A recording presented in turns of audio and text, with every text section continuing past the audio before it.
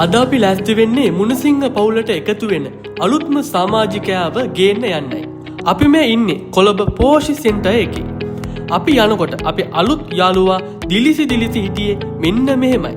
මල් මතින් ගොඩනැගෙන අනාගතයට වඩා කටු මතින් ගොඩනැගෙන අනාගතය හරිම ශක්තිමත්. ජීවිතය නම් වූ සුන්දර පරිච්ඡේදයේදී හමුවන බාධක කම්කොටොළු අපගේ අනාගත නිවහනට ශක්තිමත් අත්තිවාරමක් දමනවා.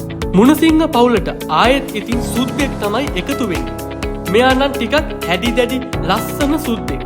අපි අපේ අලුත් යාළුවාගේ තත්ත්වය බැලුවේ මෙන්න මේ විදිහට. හොඳම කාරණය තමයි මිනිස්සෙක්ට ලේසියෙන් හම්බ වෙන්නේ නැති අවස්ථාවක් අපේ අලුත් යාළුවාට හම්බුන එක.